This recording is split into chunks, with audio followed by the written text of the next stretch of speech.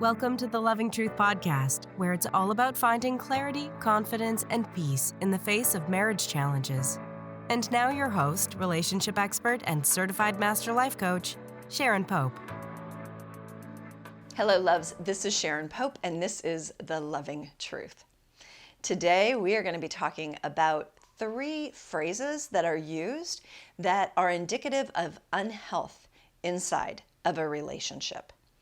Now, you might be thinking, well, if it's unhealthy and destructive to our most intimate relationship, why in the world would we do it? Why would we think that thought, or why would we say that phrase? Here's my take on it. My take is that, first of all, when you're wrapped up in the emotion of it, you can't see it. Also, you may have normalized some degree of unhealth inside the relationship. Or if you've never seen or experienced what a healthy relationship is supposed to look and feel like, then you just may not know, you may not have that understanding of what it's supposed to look like, so you don't recognize it as something that is unhealthy, okay?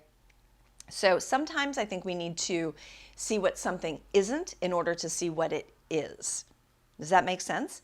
It's like if I can understand what success is because I felt the sting of failure, right? I can understand and feel joy because I felt pain or sadness. And this is going to be the same thing with health and unhealth. When I point out what is unhealthy inside of a relationship, it will help you to better understand what health looks like in the relationship. Okay? So let's get started.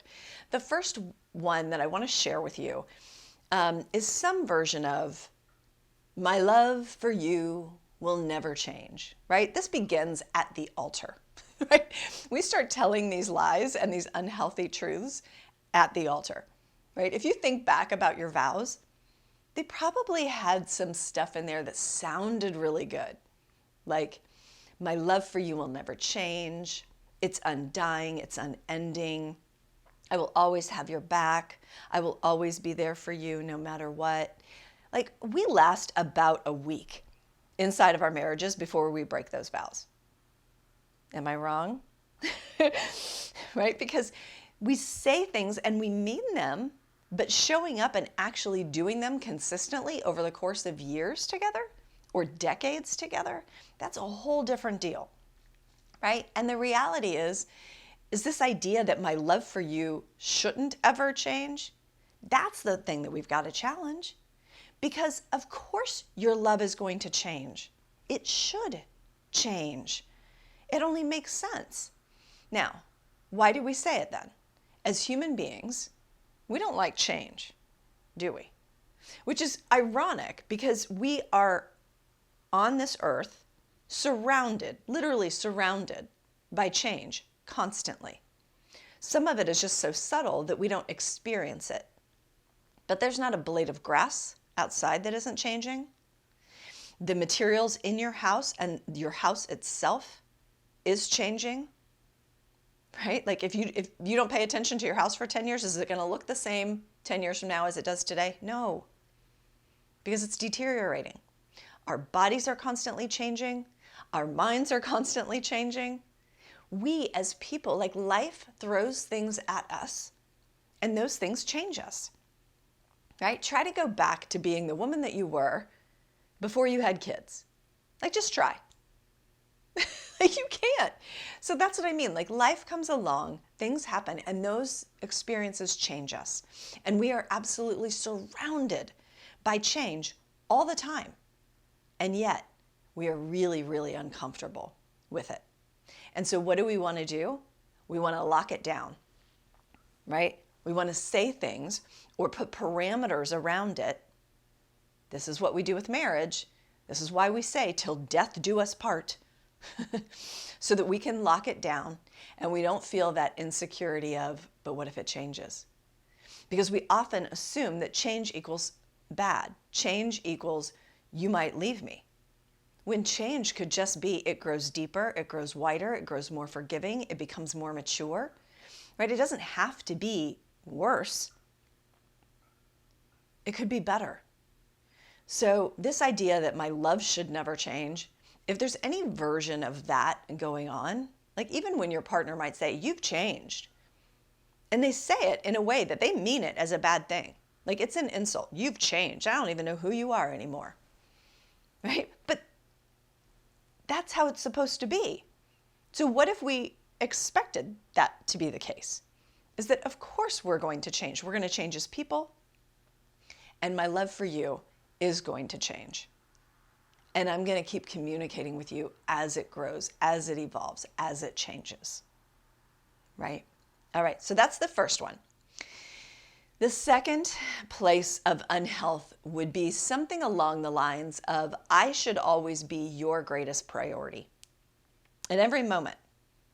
Right? So I'll give you a couple examples. I had 2 clients in the last 2 weeks tell me something that their partner had said to them that demonstrated some degree of unhealth.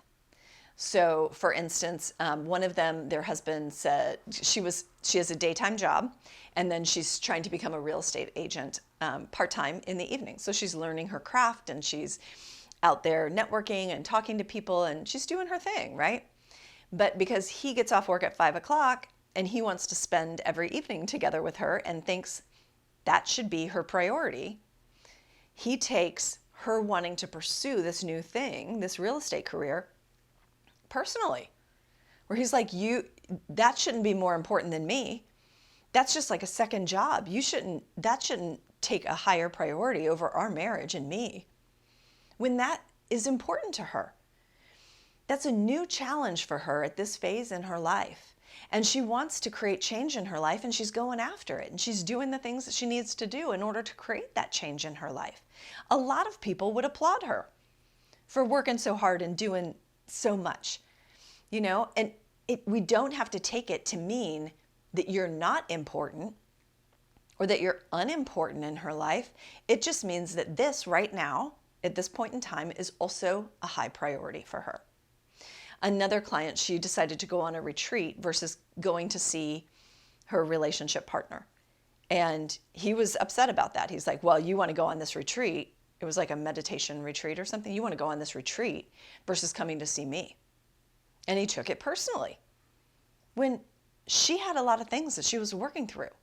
And she felt like she genuinely needed this retreat to help her reset herself and to help her get her mind right. So here's what I want you to realize. Look, when someone is saying to you that I should be your only priority and the highest priority all the time, that is a huge red flag to me. Because what it's saying, first of all, it's screaming of their insecurities and the need to be needed and the need for you to orient your life around them in order for them to feel loved or enough or important or whatever. What it also says to me is that they don't have enough going on in their own life that they're excited about. And so that's why they need you there to help, I don't want to say entertain them, but to keep them engaged in life and to keep them going so that they don't have to go out and do any of that heavy lifting for themselves. Like pursue their passions, pursue a challenging endeavor, pursue a hobby, do something you've always wanted to do. So we have to stop looking to our partners to be the single portal through which all of our needs get met. That is too much to put on any one human being. And by the way, that's not why they're here. No one is here to make sure that all of Sharon Pope's needs get met all the time. Not my husband, not my best friend. No one is here to make sure that that happens. That's my job. My needs, what I want to create in this life, that is my job. But I can't look to my partner to be all things to me all the time. Right? When I want to be challenged, I go to my best friend. I don't go to my husband. I don't want to be challenged by my husband. I go to my best friend for that. Right? I have a business that challenges me in an intellectual way, right? That in a way that my husband cannot. Right? Maybe you want to run a marathon, or you want to pursue learning French, or you want to travel, or whatever it is that you want to do. You're allowed to do those things, and we have to stop looking for permission to do them through our partners, or expecting our partners to put all of their dreams and desires and passions aside just so we can feel important, right? That's why it's screaming of unhealth. It's, I need you to get smaller in order for me to feel the way that I want to feel, which tells me that person is not in control of their feelings, their experience. In any relationship, by the way, that means you have to get smaller or dim your light in some way in order to remain in it is not a healthy relationship. Okay, the third one, and this is a sensitive one, but it's one that I am seeing sadly come up more and more inside of my membership and with my clients. It's not often, and it's not all the time. But boy, have I heard it a lot more in the last year or two than I ever heard it in the first 8 years of my coaching practice. And that is, I can't live without you. So here's what I mean. When you decide that for you, the best next step is to end the relationship, and your partner threatens some form of suicide. That's what I'm talking about. Like I told you, it was sensitive. But when they say, I don't think I can go on. If this relationship ends, I don't think I can go on. First of all, you always have to take that seriously. You cannot assume that they're bluffing. And I know at first, I would call it in an immature love sort of realm, this idea of, I can't possibly live without you. I can't live without you, right? That idea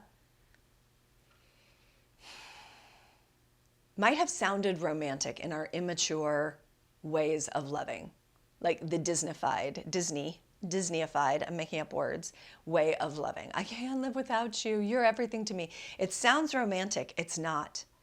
It is a huge red flag of emotional unhealth. Okay? We think that it mirrors the depth to which they love us. It doesn't. What it shows us is the depth to which they have no ability to deal with pain and manage and regulate their own emotions and navigate difficulties in life. Now, I'm not suggesting that you should be the person that helps them manage or regulate their emotions and navigate difficulty. But what I am suggesting is that they do need help.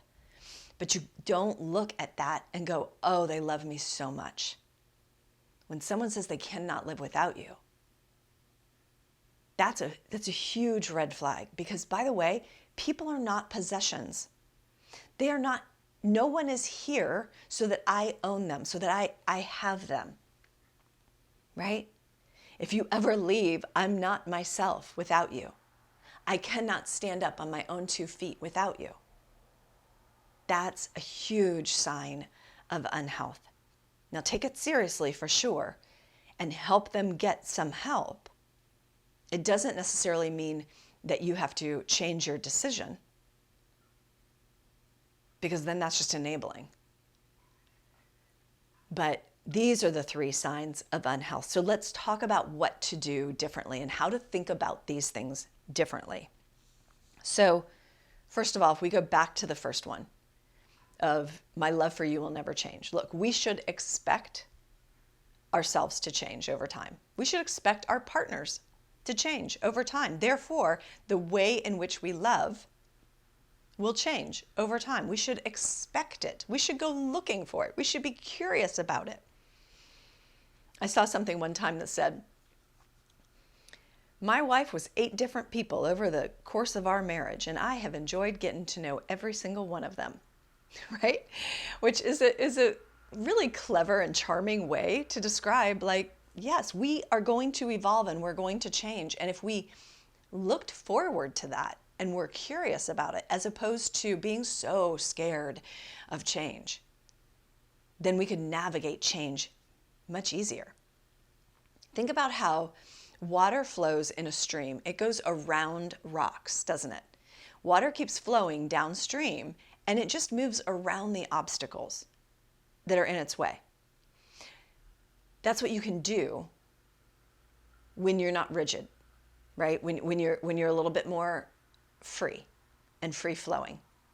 But when the water is frozen, imagine sheets of ice trying to flow down the river, and there's all these rocks and obstacles in the way.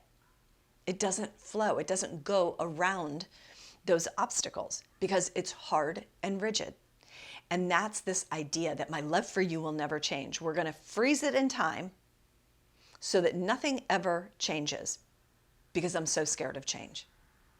This all changes when we just start to welcome change in our lives. When we start to realize that we have no control over it. So we might as well get more comfortable with this idea of change and be more like water and be able to flow around those obstacles and not get so rigid and structured in our thinking and our approach.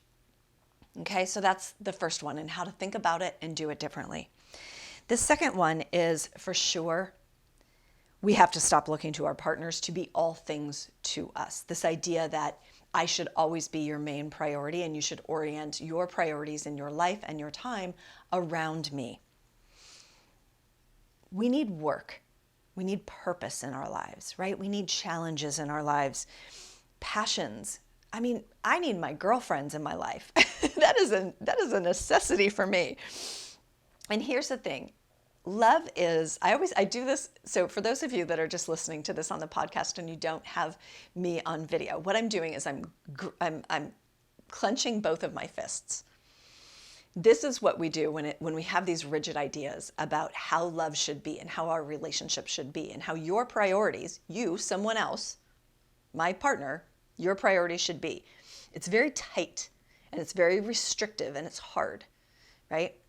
But when you start to, and now I'm loosening up my fists and I'm wiggling my fingers with an open palm, this to me, this is more like what love is. Love is open and it's free and it's free flowing. It's not control and tightness and rigidity. It is love and open and light and curious, right? That's what love is supposed to be. Okay? That's what healthy love is. And then the last thing, this idea that I cannot live without you. Look, breakups are horrible. We have all been through them. And I'm not going to suggest that they don't feel like ass when you're in the midst of heartbreak. Of course we do. It doesn't feel good. But that emotional pain that you feel from a breakup, because you've lived to tell about it, tells you that that emotional pain that in and of itself will not kill you. Right? It will not harm you. It will not feel good. But you can process emotional pain. You can get equipped to learn how to feel your feelings, to not stuff them down, to not run away, to not say life is over because I'm in some degree of emotional pain. Breakups will never feel good. Of course not. But we can process it. We can move through it. And it doesn't have to break me. It doesn't have to break you. So if you don't have those tools, then get equipped with those tools so that something like a breakup doesn't cause you to even consider ending your life because of the pain that you're in. Okay? So those are 3 big phrases, thoughts, things that we think, even if we don't say it or we say it to our partners, that we've got to start rethinking. We've got to start challenging because they are the markers of unhealth inside of the relationship. And to me, sometimes it's so subtle.